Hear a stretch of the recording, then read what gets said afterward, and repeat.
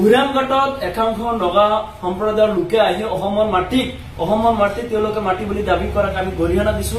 আজি আমি কব বিচাৰিছো একাংশ দল সংগঠন বিশেষকে চিতু বৰুৱা চিংকল চলিহাতৰ নেতৃত্বত মিয়া খেতৰ নামত উইৰামঘাটত মানুহক বহুত অত্যাচাৰ কৰা দেখা গল। বিশেষকে ভাৰতীয় নাগৰিক যিসকল মুছলমান লোক আছিলে তেওঁলোকক কিন্তু অত্যাচাৰ কৰা পৰিলক্ষিত হৈছিলে। আজি তেওঁলোক ক'ত গল? তেওঁলোকৰ কথা হ'বনে আদিবাসী খিলঞ্জীয়া লোকসকলে যেন অত্যাচাৰ কৰি আছে উইৰামঘাটৰ ৰজাগাঁও সেই মানুহখিনিক আজি নিৰাপত্তা দিবলৈ তেওঁলোক ব্যৰ্থ হৈছে কিয়? আজি অসমৰ মাটি তেওঁলোকে দখল কৰিবলৈ চেষ্টা কৰি আছে। তেওঁলোকে মাটি বুলি দাবী কৰি আজি খেতি পথাৰত নামি পৰিছে একাংশ নগাই। গতিকে আমি আহ্বান জনাইছো আজি বীৰ লাচিত থানাৰ চিংকল চলিহা চিতু বৰুৱা ক'ত গল? তেওঁলোকৰ কথা হ'বনে এওঁলোকৰ বিৰুদ্ধে যুদ্ধ কৰিবলৈ? আজি ইমান দিনে উইৰামঘাটত আমাৰ মুছলিম সম্প্ৰদায়ৰ মানুহখিনি অৰ্থাৎ মেয়া লোকসকলে যেতিয়া খেতি বাতি কৰি আছিলে আপোনালোকৰ সহ্য হোৱা নাছিলে। আজি সেই মাটি যেতিয়া বেলেগে দখল কৰিব চেষ্টা কৰিছে আৰু তেওঁলোকৰ বুলি দাবী কৰি আছে, এতিয়া অসমৰ মাটি নগা লোকসকলক আপোনালোকে দি দিছে নেকি? নে ইয়াৰ আপোনালোকৰ এক বৃহৎ পৰিকল্পনা অসমৰ মাটি নগা সম্প্ৰদায়ক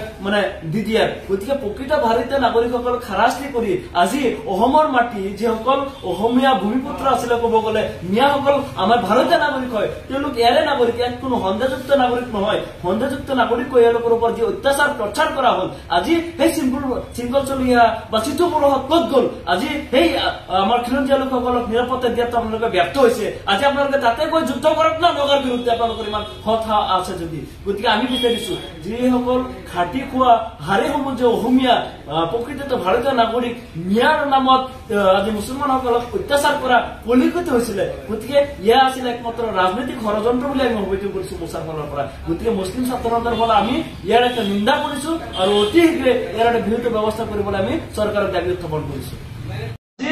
উইৰামঘাটত একাংশ নগা সম্প্ৰদায়ৰ লোকে আহি অসমৰ মাটি তেওঁলোকে মাটি বুলি দাবী কৰাক আমি গৰিহণা দিছো।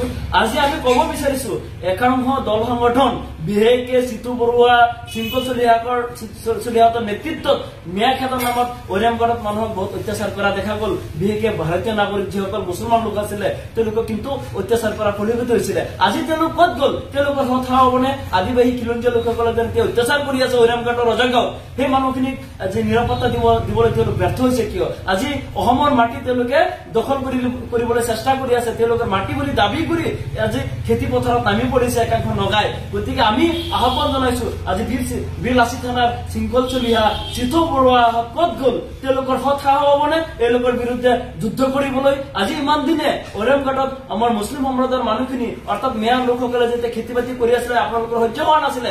আজি সেই মাটি যেতিয়া বেলেগে দখল কৰিব চেষ্টা কৰিছে আৰু তেওঁলোকৰ বুলি দাবী কৰি আছে, এতিয়া অসমৰ মাটি নগা লোকসকলক আপোনালোকে দি দিছে নেকি? নে ইয়াৰ আপোনালোকৰ এক বৃহৎ পৰিকল্পনা অসমৰ